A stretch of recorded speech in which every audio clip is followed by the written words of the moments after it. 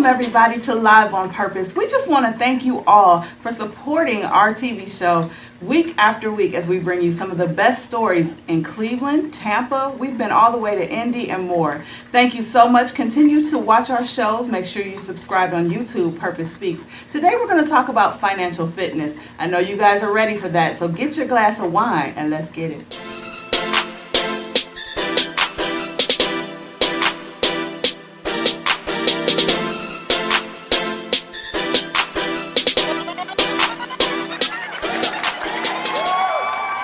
Season 6 on Live on Purpose, and it's your girl Purpose, and of course I have some amazing guests with me. Today I have Ron and Lakeisha, and we're going to be talking about financial fitness. Why? Because most of you, let's be honest, are not financially fit, and we want to get you there. So I wanted to bring them to Live on Purpose so that we can talk more about how to go there. And the first question that comes to mind, is it ever too late to start getting yourself financially fit? It's never too late, I would say, Okay. but it's harder the later it gets. Absolutely. So Makes sense. you definitely want to start. Now is always a good time to start, but yeah, there's things that we can do when you get up in age, but you don't want to wait that long because it makes it extremely hard. Right. So now how do we prepare our youth? How early do we even start preparing youth for financial fitness? I would say, if kids are playing with iPads and laptops, they can learn a little bit about how to save or just some basic stuff.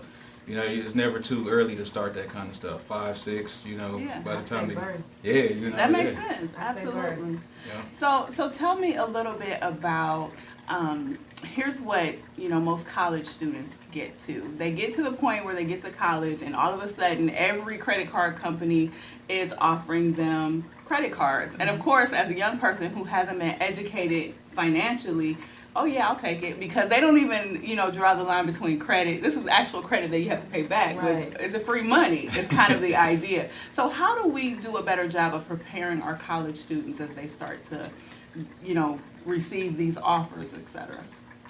I think it's more up to the parents before Okay. they go to college, because if you say, like my son, for example, I had him open a bank account, get him a little credit card, debit card, Right. so he'll know you only use what you have. Mm-hmm. So by the time he gets to college, this is money you do have to pay back. So use it once a month, like buy a shirt, buy something small that you can pay off when that bill comes. Right. And that can grow your credit, but you're not using it for crazy things. Use it for Exactly. stuff you need, like books, pay it off, food, pay it off. Right. Just don't abuse it. But you have to teach them before they get there. Right. Now, would you say there's a comfortable number of credit cards to hold versus like just taking every offer that comes your way? One is good, Okay. one is good enough. It should suffice, I think. But just to piggyback off Lakeisha, the parents should be involved too.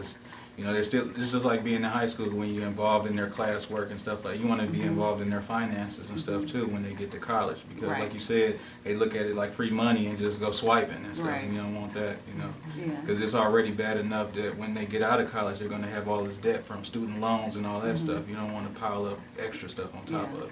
And I think we need to break the curse, because if the parents don't know how to be financially fit, I think it just kind of trickles down, and that's how we get into that situation.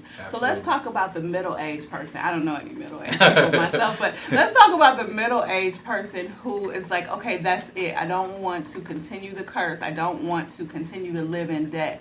Where do I start as somebody in their late 30s, early 40s? Where do they go and how do they start to repair the damage that they've done?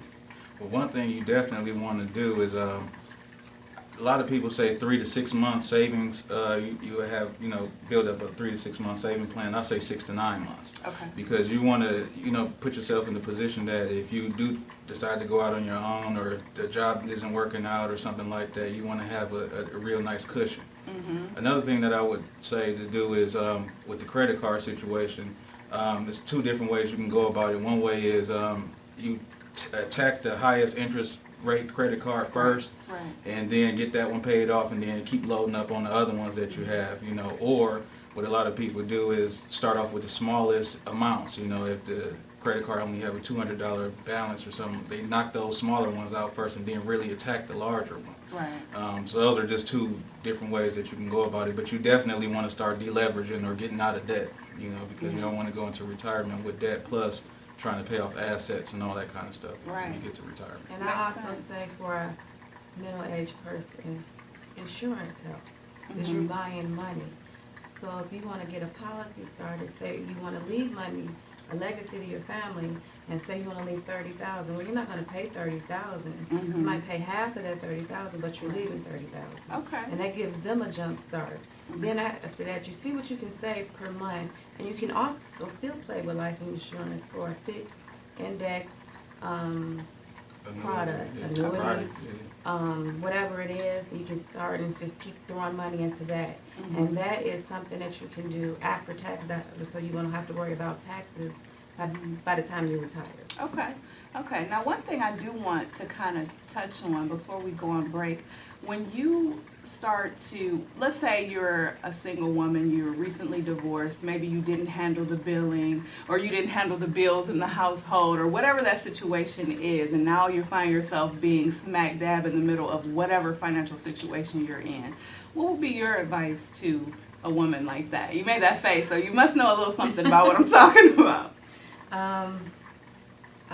Just get it all together. Get all the bills, collect everything together. Get your mind right. Write it down. Write where you need to start first. What's more important? To me, what's more important is where you live. Your living, your food. Those items are more important. Then you can start trickling down, breaking down if you got any credit card debt, anything like that. But you have to pay first where you stay. If you have transportation, make sure those needs are met first. So just write it down, get it together, and get your mind right. And then to piggyback off that, just think about that woman who, you know, is going through a divorce or has just recently, your mind, you know, your mental state isn't really on bills and stuff like that. You have to, like she said, take some time to recover first anyway. Absolutely. So if you take care of your house or where you stay, your transportation and the normal necessities that you need, then you won't be, you know, too stressed out when you go to start attacking the debt and all that other kind of stuff.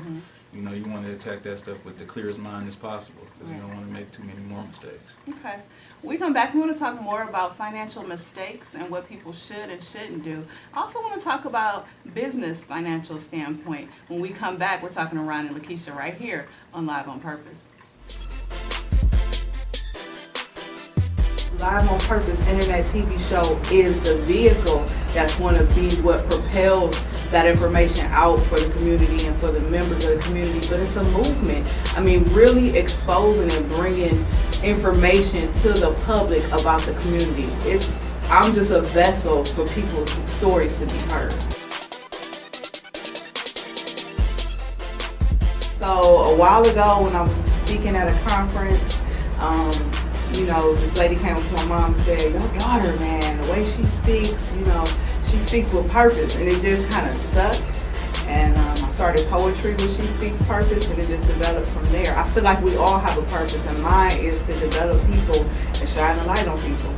I represent the person whose voice is big, but doesn't have the power behind it, doesn't have the network behind it.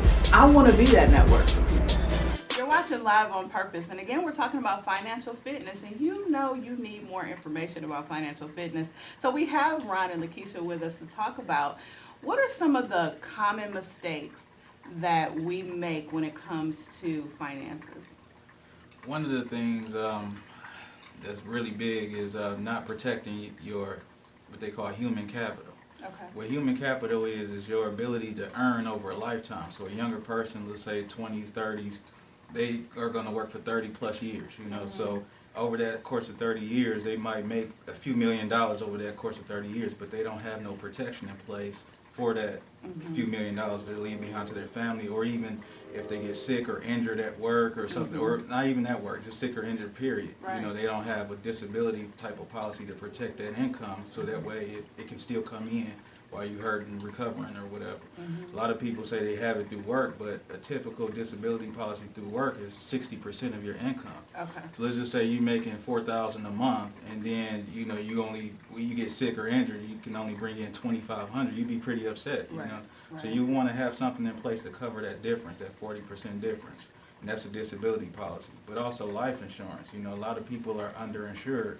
you might not make it 30 years in working and stuff like that, and build this $1 million or whatever you're trying to build up. So what's going to happen if you die prematurely? Right. What position is your family going to be in? So those are two protection items, income protection items, that I would say a lot of people miss out on. Right. Life insurance as income protection and disability. Okay. I wanted to say too, though, besides protection, wouldn't you say that people live beyond their means, and that's one of the biggest mistakes is with, you know, you have, what do they say, champagne dreams on a beer budget kind of thing. So when I look at it, and you say things like insurance, protection, et cetera, when I look at it, you know, especially we live in Cleveland, obviously for you guys who are watching, we live in Cleveland, and the wages are not that high. You know, the average wages aren't that high. So when you put rent, car note, car insurance, you know, and medical insurance now is so high. When I think that people start peeling things away, and I think life insurance is one of those things, you know, those protective things. How do you tell an average person who just wants a couple of dollars at the end of their paycheck, you also need to get this and this and this? How do you deliver that message? It's really hard to deliver that message if they don't know the importance of life insurance, because life insurance is first to go. And the only reason auto insurance isn't first to go is because the government, I mean, the state makes you, get the auto insurance. Life insurance,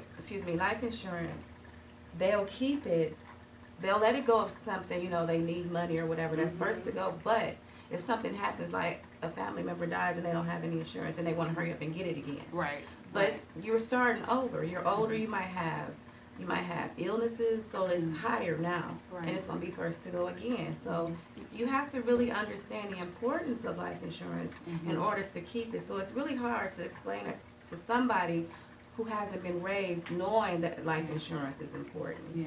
It's really hard because they'll rather buy hair, Yeah, you know, with their extra absolutely. money. They'll rather go eat out with their extra money. Right. You know, so they need it for things like that Right. other than protecting themselves. I agree, but you know what? It's staggering the amount of people who pass away and they're on GoFundMe because they don't have any protection, and then everybody's trying to scramble to find monies just for burial, let alone cover, you know, final expenses as far as credit card debt and that type of thing. So I agree with you. It's important, but it is the first to go. Right, I it's the think. first. And GoFundMe does not help at all because people are thinking now, well, I'll get a GoFundMe. Yeah. You know, and it's like, it's, You're missing the That's point. not the right. answer. You know, you That's don't not the really just answer. want enough to bury you, especially if you have children. You want to leave them something. Right. And if you have bills, you want them to be able to pay the bills. Or go Right. to college. You know, what are your dreams for your children? And a lot of people that I do encounter say stuff that like, I'm not trying to make them rich. Oh my goodness, wow.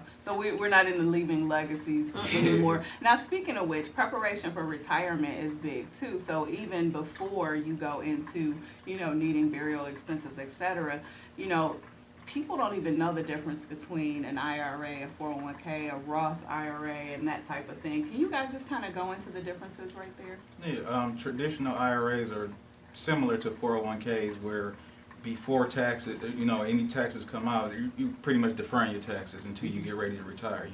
No taxes are coming out, so you're saving on a pre-tax basis.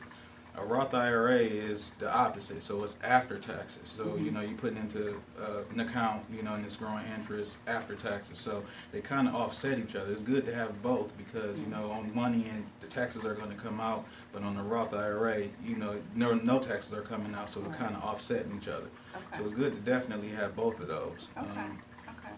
Now, can people who are entrepreneurs, small businesses, can they get these types of plans themselves and not, because most people think if you work for an employer where 401k is possible, then you can definitely participate. But I don't know that everybody knows that they can just get those policies themselves. That's a good point. Yeah, you can definitely, even if, like you said, if you were an employee for a company who has a 401k, I recommend do it anyway because the 401k, you're not getting taxed on until you retire. I would say get something like a Roth IRA or even a permanent life insurance policy because it builds interest on an after-tax basis, so it's offsetting that 401k. I run into a lot of people who, you know, have maybe 500,000. They say, well, my 401k has 500,000 in it. But when they go to take those taxes out, you probably only have 300,000. Now you got to live 30 plus years off this 300,000. Right. So yeah, it's definitely important to have a Roth or something to offset that. And a lot of people too, don't know, you got to look at the history of 401k too and why it was even implemented. You know, back in the early 70s, 1970, 401k was introduced because the marginal tax rate was at 70%. So it made sense for people to say, well, no, I don't want you to take out taxes at this 70% rate. Let's defer it until taxes come down at 25 to 30%, and then, you know, that makes sense. But now taxes are going up, so do it really make sense to say don't take taxes out now until taxes go up higher and then take taxes out? Right, no, you know, they're already higher. Right, you know, they're already higher. Plus, you know, if you have 500,000 or whatever, you're in a different tax bracket too, so you're going to get taxed a little higher than if you're at the 25, 27, 30% tax bracket anyway. Right. So yeah, you just want to make sure you look at all those things too. And one more point, when people leave jobs, they leave their 401k in limbo. Yes, I was just And talking they to a won't friend, transfer it. Yes. They leave it there, and it's at it's risk. their money. Yeah. Right. I have a friend who told me, I have a traditional pension, and I'm leaving it there. Did you do that? Right, does make sense, yeah. Now, one of the biggest things that I like to talk about, because I do business coaching for entrepreneurs and small businesses, is how important is your credit rating, your financial status when you decide to branch out and go into business for yourself? Credit rating is very important. They do not discriminate for credit rating. They want your business, but people will say, they want you need a loan when your credit's not good. But if your credit is good, you can get started. Okay. That credit is very important. Okay. Now, is there, and this is the thing, because everybody promises a silver bullet to a better credit rating. Is there a methodical way to do it? Is there a silver bullet to fixing your credit? You guys are like, No, not Unfortunately, really a no. silver bullet. Yeah. You just have to, it's almost like the government, you know, they have to try to make sure, even though we're in a ton of debt, they have to balance their budgets and balance stuff and make sure that their, you know, credit rating stays where it needs to so they can borrow money. Just like business owners need to do the same thing. There's no shortcuts, I would say, that to build credit, you know, you just gotta. Just keep an eye on your credit. Call the credit company if you can't afford to make those payments right now. See if they'll work with you. See if they'll let you pay a certain amount. Your credit start going back up gradually. Just don't use anymore, or don't obtain any more credit. But I don't think it's a magic wand to get you to 800. Yeah. Be disciplined. Okay. Well, did you guys have anything else you want to share with our viewers before we close? The only thing I just want to stress is just making sure you're protecting your capital, like with some kind of disability or insurance, life insurance product, because we don't know what might happen. You might get sick or injured, car accident, whatever. You need that disability to cover that portion of that your job won't cover. Or as a business person, you definitely need disability because you don't have anything coming in if you don't, you know, have a policy. And then life insurance. You know, we see it at all ages, 20, 30, 40, 50, so it's always good to have that in place. And that will keep a business owner's business floating, and also for people who are normal employees, that'll keep their families floating. So those two things I'll just like to stress. Okay. So if our viewers want to get in contact with you, maybe they want to patronize you guys, how can they do that? We have a website that you can request us at. Is www.reserveinvestment.org. You can call me directly. My telephone number is 440-520-0053, and I answer all calls. So. And my direct number is 216-816-4678. My advice would be to use these services. Get your credit right, get your financial status right, because we need your dollars in our economy and our communities. So thank you for tuning in. Hey, I'll be back in just a second for some final thoughts.